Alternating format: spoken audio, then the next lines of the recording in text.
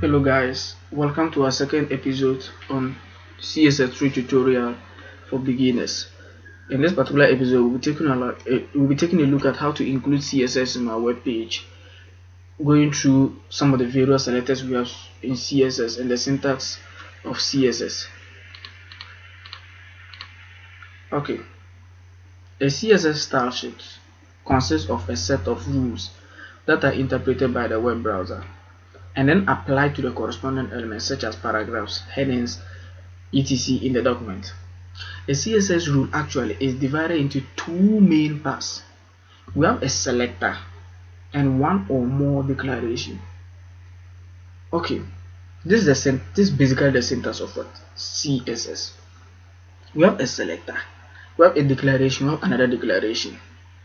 First thing, let's take a look at what a selector is. The selector actually, that's this H1 which is colored with red. It specifies which element or elements in the HTML page where the CSS rule applies to. So basically, that's what it is, the selector does. You just use that to just specify which particular element or elements in the HTML, the CSS file, the rule of the CSS what is applied to. Whereas the declarations within this blocks, what we call a curly braces, determines how the elements are formatted on a web page. So the declaration actually will specify how your selector or your element is formatted on a web page, and the declaration consists of a property and a value, which is separated by a colon and ended with a semicolon. They are separated. The property and the value is separated by a colon. Then it's ended when you bring the semicolon. That means that you are ending it. Okay, let's take a look at what a property is. The property actually indicates the aspects of the element you want to change. E.g., let's just say you have to change the color or the font size or the width or the height of your selected element. So that's what a property is. Whereas the value specify the settings you want to use for the chosen property. Okay, what does this mean? H1 is our selector and the color is our property. You may want to change the font size of your selector, which the property is also there. Let's say that you are not to change the font size, but rather you want to change the color of your selected element, which is the H1. So you need to bring that property what? Color. Then the value now specify the settings you want to use for this chasing property, which is the color. You can't say color, then you say maybe 20 pixels. Meanwhile, you are talking about color, you are not talking about font size. Then you may also want to center align your H1. So you bring the text align what property, then you say center align, then you say what the value is center. Okay, how do we use CSS in our web page? Basically, there are three main ways we can include CSS in our web pages. One is what? Including an external CSS. One is also using an internal CSS and also using inline CSS. Including an external CSS, actually, let's take a practical look. I've just created a file which I named as order.html. So, what will the external CSS? Let's break this down before. This is the syntax. We have link rel, which is equal to style sheet, href, which is equal to CSS, so style.css. We have type, which is textual CSS. Let's break it down. This link attribute actually is used to tell the browser which particular CSS file is used to style the web page, and it's an empty word element. or empty tag, meaning it doesn't need any closing tag. When you open it, that's all. You just close with just this less than, but not any slash. Then the relation, this rel is a relationship which is used to specify the relationship between the HTML document and the file is linked to. So if it's linked to a CSS file, you say style sheet. Then the href is used to specify the path the CSS your path the CSS file is located, or the path your style sheet document is placed. So in most cases, you always have a CSS folder where you put your CSS file there. So you first of all bring the name of your folder, which is a CSS, stroke the name of the file, which is style.css, and this type attribute is used to specify the type of document it is linked to.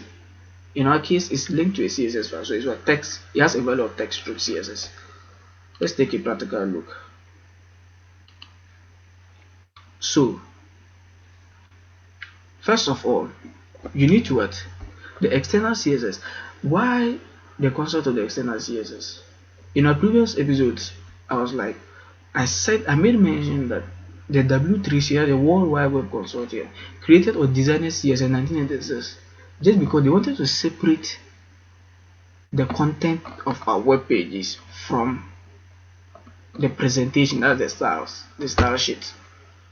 So that's why they created it, so that you don't need to do all your styling on your content on your web page, right? To separate that. So first of all, what you have to do is you need to create. Let's create a CSS file.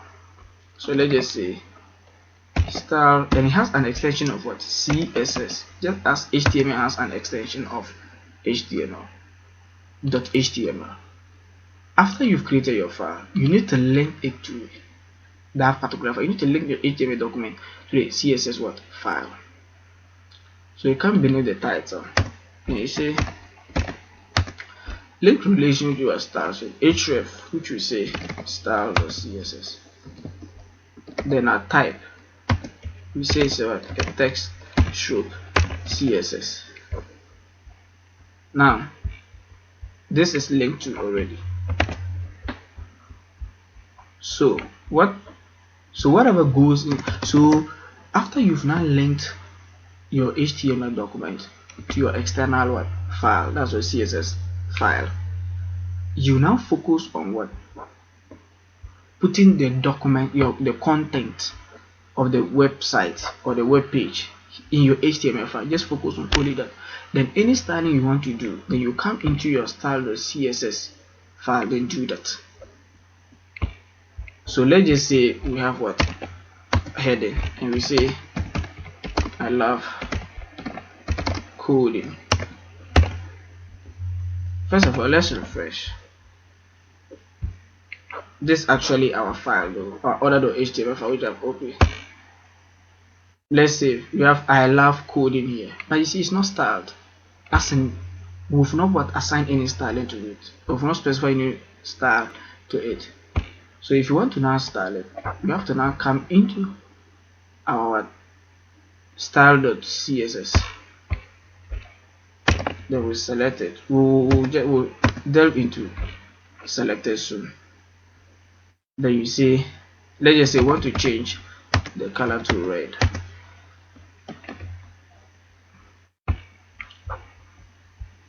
You see it's changed to red. So that's one way of using CSS in our web page. Okay, we also have inline or internal CSS. With internal CSS, you don't need to create any CSS file. You will use your HTML document to do you add your styling to your HTML document, which is the old way of doing things, and you do that with the help of the style element. So if you use the style element, whatever goes in between your style element, your opening and closing style elements, is your CSS codes.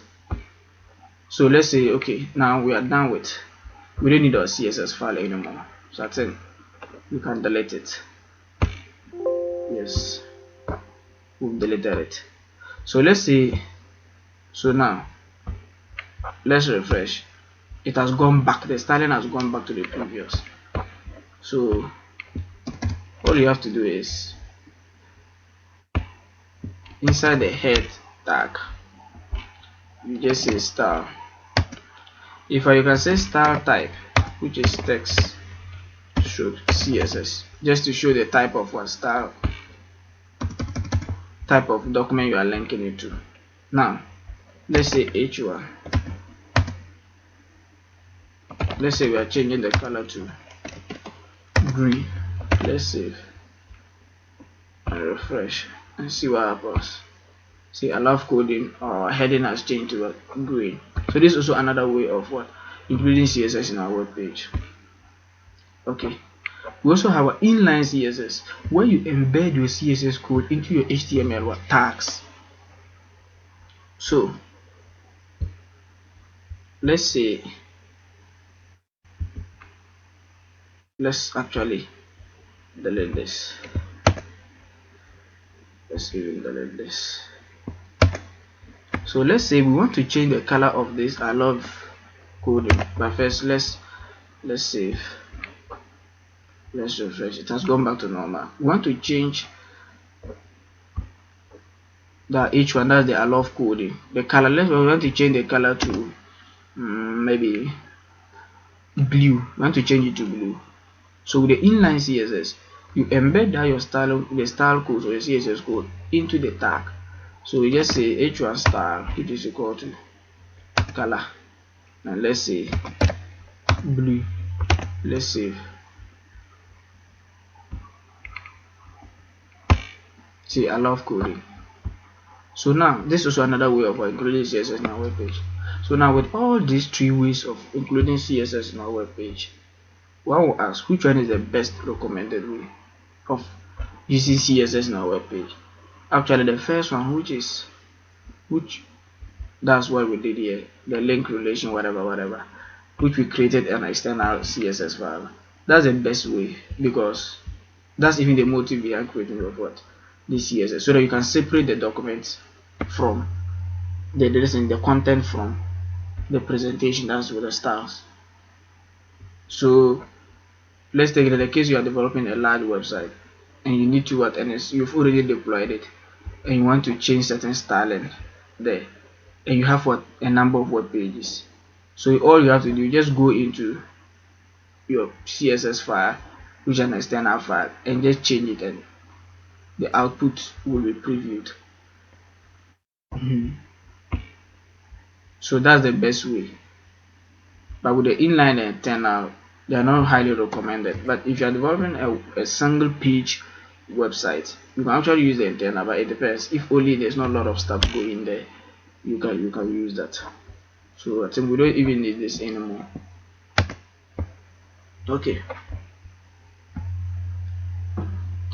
so now let's take a look at what the various selectors we have in CSS. We have a universal selector. Okay, but first, I'm sure you'll be wondering what selector actually is. A CSS selector is a pattern to match the elements on a web page. The style rules associated with that selector will be applied to the elements that match the selector elements. And selectors actually are one of the most important aspects of CSS, as they allow you to target specific elements on your web page in various ways, so that they can do what the style. So there are quite a number of CSS selectors we have. We'll go through each one of them. So first and first, we have the universal selector. The universal selector actually is just used to select all elements on a web page. Let's do something here. Let's say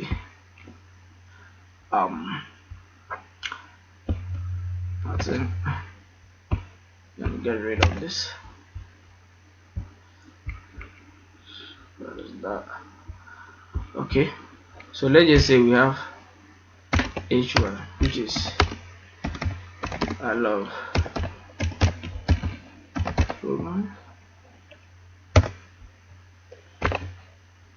Let's just say we have h2 pages.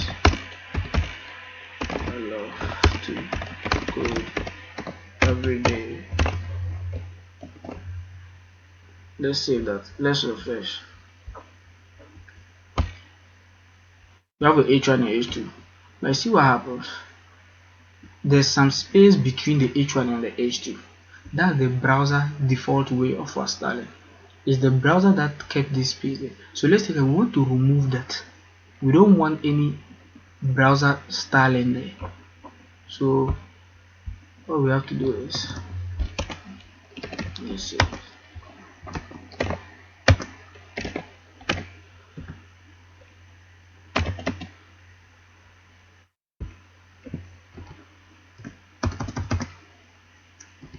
So you bring the universal selector, which is an asterisk.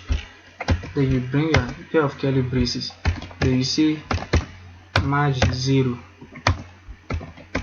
padding 0. Now with this set, you were to remove all. We are removing what the browser default what styling. So now let's preview it on the browser and see what happens. See, there is no space in there.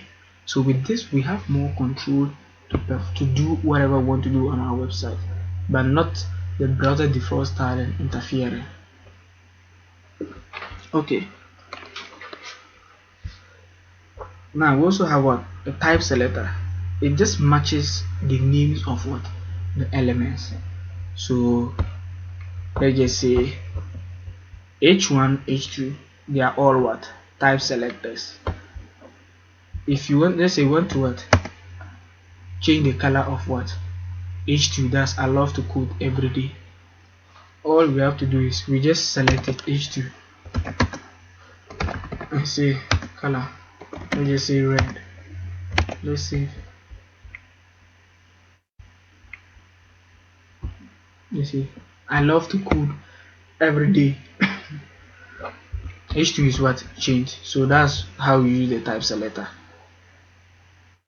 Okay, we also have ID selector.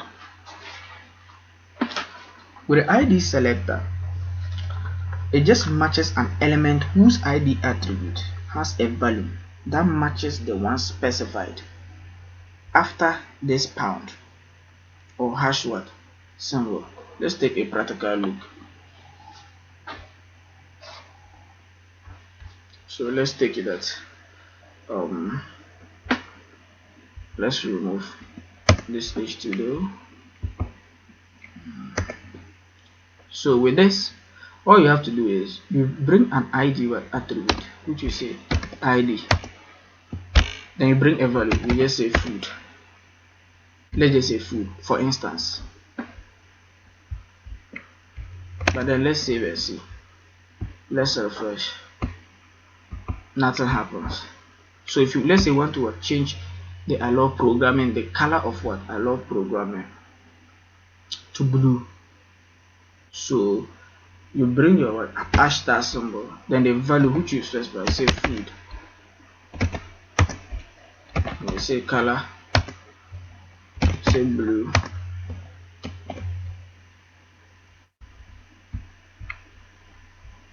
so the color is changed to blue. This brings us to what a class selector too. So the class selector actually is also similar to the ID selector. The only difference is just the symbols. The class selector actually also matches an element whose class attribute has a value that matches the one specified after the period or the full stop symbol. So let's go back to VS Code. So here we have an ID. So we can change that to what? Class. See what happens. Let's save this and see if we still have our blue color maintained. No, it's gone. Why? Because we used here, we set a class attribute. He has to match the value that you've chosen. The attribute. This is a what? A class attribute. But with your CSS, you brought an hashtag which shows that you are using an ID, but you're not using ID, you're using a class. So you need to remove it and bring your full stop. So let's save that. So it's changed to blue. So that is it. That is the key difference. We also have a child selector. The child selector matches an element that is a direct child of another. This child, that is a direct child of what? The other. So let's take it that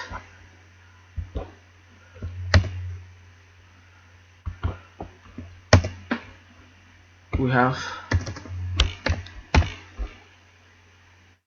order list. We have an unordered list with what children as we say li.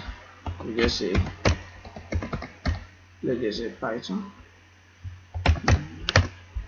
So JavaScript.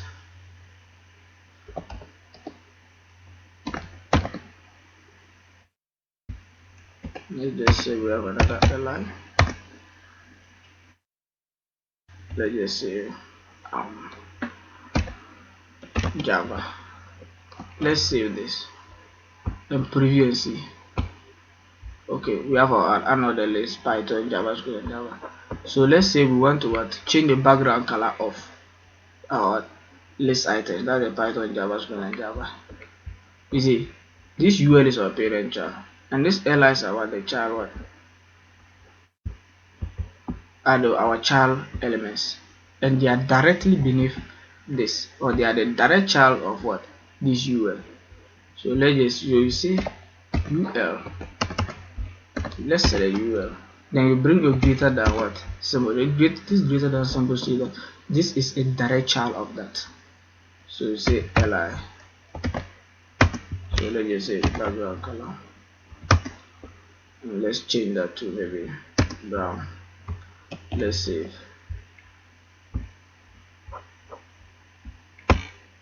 You see, the color is changed to brown. So let's say we are changing the text color to white.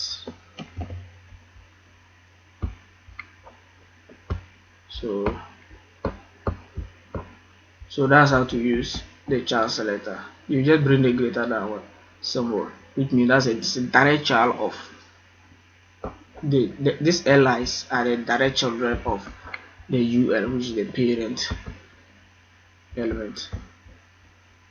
Okay, let's move on. We also have a descendant selector.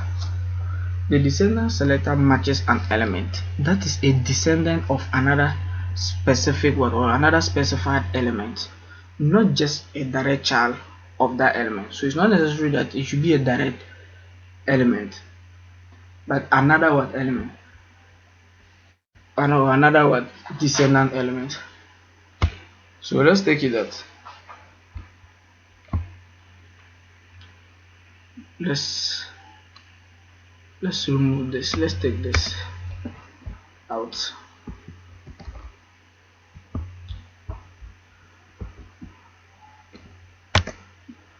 Okay, so now let's just say we have li.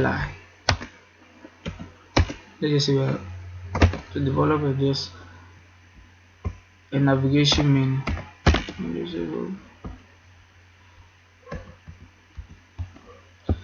So let me just copy and paste this. So let's say here contact. We have maybe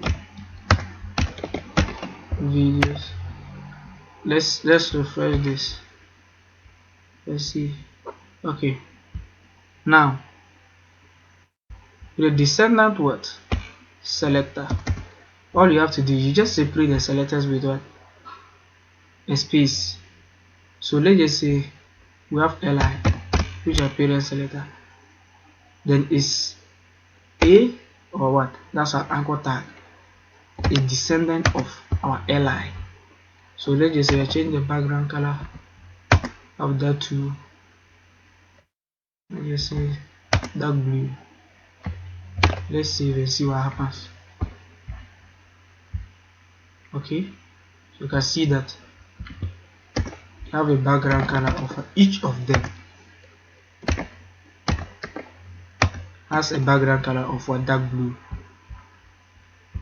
and they have a text color of white. So it shouldn't directly have to be any direct child, but any other element can also be used. Also, we also have an adjacent subliminal selector. The adjacent subliminal selector actually it matches an element that is the next sibling of another, or the direct sibling next to what a parent selector. So let's take it that, for instance, let's say we have let's remove this two. Let's just say we have h1. Sorry. Let's just say we have h1, which is allow programming. Then let's say we have paragraph, which is allow to code. Then let's say we have another paragraph. This is in caps. We have another paragraph which is allow web development. Now let's say we want to only change the text color of allow to code, but we don't want to change the text color of allow web development and even allow program. We don't want to change that. We only want to target our only this first paragraph, that's allow to code. But first of all, let's save and refresh. Okay, so we have our heading, we have our first paragraph, and we have our second. So we want to change the color of our first paragraph, but not the text color of our second paragraph. So you see h1, that's the adjacent sibling selector. Then you bring addition sign, then you say p. So let's just say color red. Let's save. Let's see which one. We have first paragraph, I love to code, then I love web development, but we want to change the color of I love to code. Let's see if it will work. Okay, you see, I love programming maintains, I love web development also maintains, but I love to code change because of this additional symbol. So one may ask, what if I want to change the color of both, or let's say we want to even apply the same color to allow web development, these two paragraphs, we want all of them, their text colors to be red. So what you have to do is, that's what we call the adjacent selector. So all what you have to do is, you just, instead of the addition symbol, you bring this. Now this shows that it matches all other selectors, not just the first selector, any other selector at all, any other key element it sees. So I love web development also changes, the color also changes to red. Okay, so let's take it. Okay, now we have a grouping selector. With a grouping selector, for instance, let's say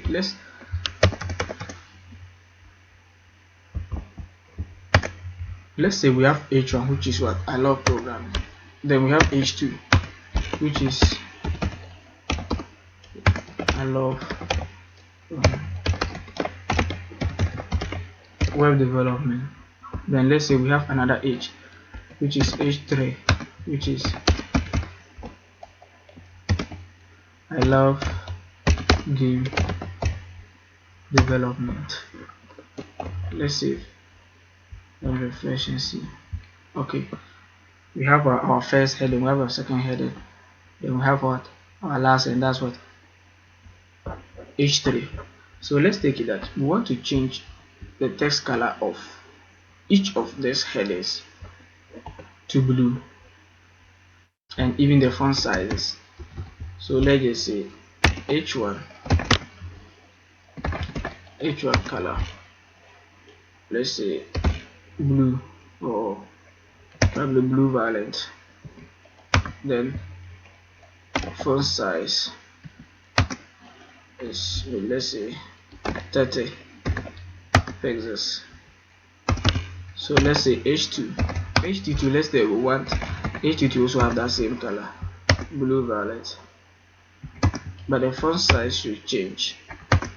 So we say the font size, let's say 28 px. So let's say we have h3 too, the color should also be blue violet, then the font size should be maybe 26 pixels. Now let's see what happens.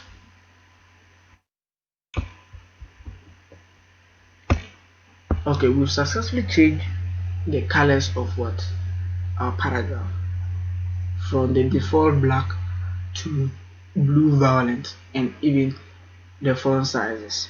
Okay, this is a redundant code, or this dry code, which we say don't repeat yourself, but we repeat it ourselves because we have what h3 color blue violet, h2 color blue violet, h1 color blue violet.